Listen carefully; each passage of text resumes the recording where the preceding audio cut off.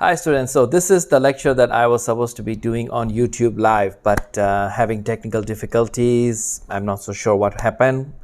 Even my Telegram also crashed. I have Telegram right over there on that computer, and even it crashed. I had to re-authenticate, sign in back again, and all that nonsense. So I'm very sorry about it. Today's lesson, what we were doing is, I have a little bit of a cheat sheet over here, is two things, and one of it that you are probably already watching at this point while I'm recording this is the WGSN webinar. Now, the webinar is basically something that is taking place because of the pandemic that we have in the world, and but I think it's important to see how services are done on a multi-million or multi-billion-dollar level, and so I wanted to, have you guys just watch that webinar, because what happened is, you see, I was, I'm checking if my microphone is on.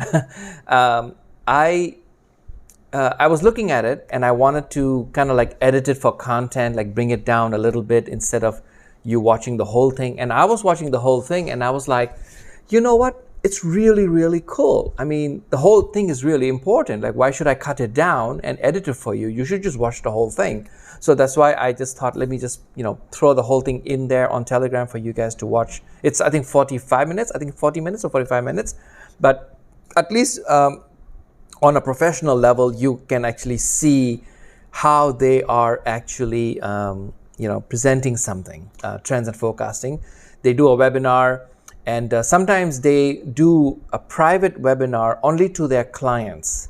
I don't remember if this one was also done purely for their clients, and then they recorded it and then they just put it live on YouTube for everybody to see.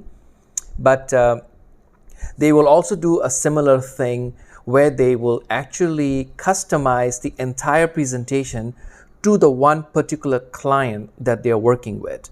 Because remember, even though when you do trends and forecasting on a general level, you also understand that each client works in a very different marketplace. Or like a Calvin Klein customer might not necessarily be a customer for Chanel, because not everybody likes to wear couture. Everybody loves to see couture. Everybody likes to imagine that, yes, they will wear couture. But even if you look at all the multi-billionaires in the world, how many people do you really think wear couture? Not really. They will wear really expensive designer wear, but they will not wear a couture. They will just not wear couture. Even though they can afford to buy entire couture collections, they simply will not, because that's just not their lifestyle. That's just not who they are. As a customer, they look at it, they think it's really cool, but they will never buy it. Not because they don't have the money for it, it's just that it's just not their taste. It's not their part of their lifestyle.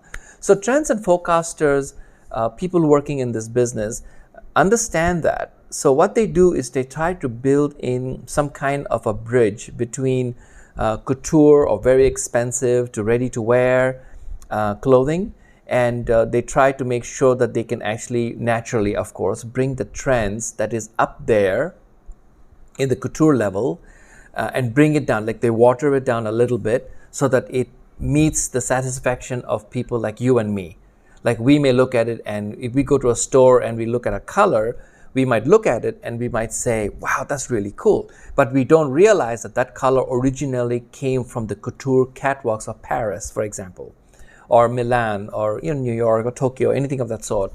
So trends and forecasting people actually understand that there are connections between, one end of the business to the other end, which in the industry, it's known as the fashion machinery. Like, the fashion machinery basically means how the fashion industry really works. And when I talk about fashion industry and how it works, I really, really mean, I mean like how the markets work. Like, for example, if you are working in a New York garment market, it might not be exactly the same if you are working in Paris, for example, or it might not be the same if you were working in Tokyo. So the marketplaces are very different. So the trends and forecasting people are aware of this. They understand this. So they will do their trends and forecasting thing. They will do their lead times and all that stuff, but they will also cater it down to the market that the customer is in. They know that how they sell in Paris is not exactly the same way how they will sell in New York. It's different. New Yorkers also know that they will not be able to sell the same way in Tokyo, even though the Japanese totally love the New York lifestyle, but the Japanese is still the Japanese, and they have their own culture, their own color theory, their own way of dressing. They have their own style even. So that way, you know, they may look at New York, but then they will modify it according to themselves. So if you are thinking of being like in the trends and forecasting profession, you must understand that no matter what you do, your mood boards or your storyboarding or your color boarding and your fabrication and your thinking about yarn, color, textile, different type of market lead times, there's all these things that you need to think about when you're actually working in the trends, you know, like you're trying to make a trends report, so to speak. You understand at the back of your head that, wait a minute, where is my customer? Who is my customer? And then you start tailoring a report according to that. So that's my little lecture this morning, is to let you guys know that as a designer, when you're working, knowing your customer is very key. A lot of us, when we design, we think we know our customer, but we really don't. We're just designing clothes and somebody will come and buy. That's just how we're thinking. We're just like, oh, we'll just make a full collection and whoever buys will buy. But it doesn't work like that in a real business setting. People in fashion businesses know very well who their customer is. They know it very, very well who their customer. I mean, it is like a perfect science. They do a lot of research. They know it. They look at the people, customer buying habits, markets buying habits, pricing for certain things. They know all these things, so they identify who their customer is and they will target those customers. It does not mean that they don't target everybody else, like they don't advertise to everybody else. They will advertise everywhere for branding. But when it comes to actually doing things that is more fabrication and design, they know their customer. And they also know the fitting sizes of the customer. I know this part is more like a fashion design type of thing, but you guys are all designers in my trends class anyway. So you should also understand that when you are designing your clothing and you're trying to identify your customer, you also know who your customer, what kind of dress sizes they wear. Is your customer very tall? Is your customer on the average side? Is your customer kind of short maybe? Is your customer very skinny?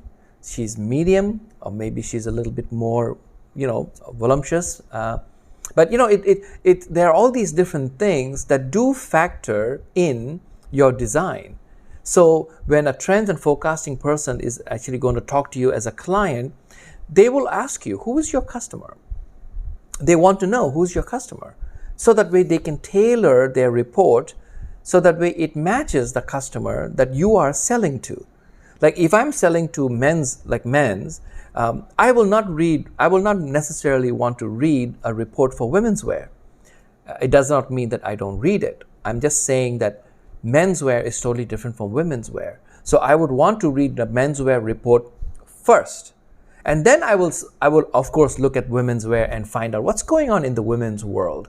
That the little things that I can maybe fly over in design, fly over to menswear. So I, as a designer, I would do that. But first in front of me, I will look at what is the trends in men's fabrics, what is the trends in men's color, what kind of shoes is going to be this in thing for the season. Is it still going to be sneakers? Is it going to be colorful sneakers? Is it going to be just black and white sneakers or just white sneakers? Or is it going to be leather sneakers?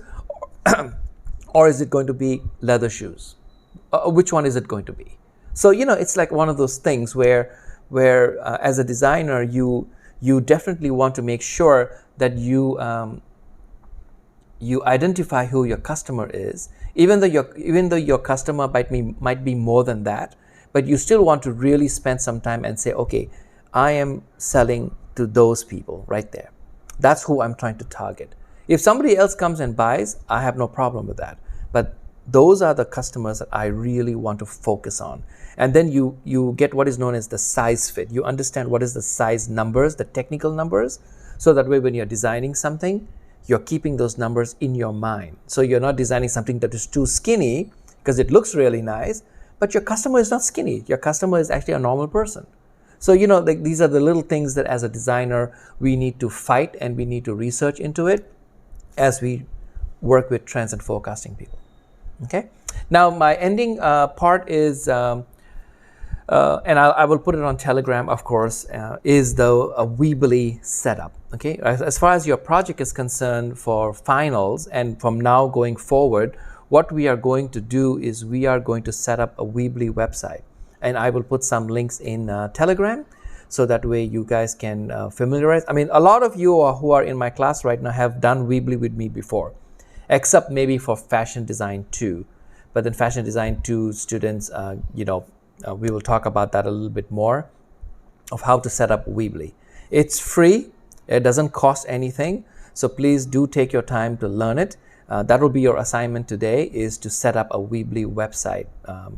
And as soon as you have it set up, you can send me the link and I will take a look at it. But in your Weebly website, what is your setup is whatever you're doing, you just set it up first.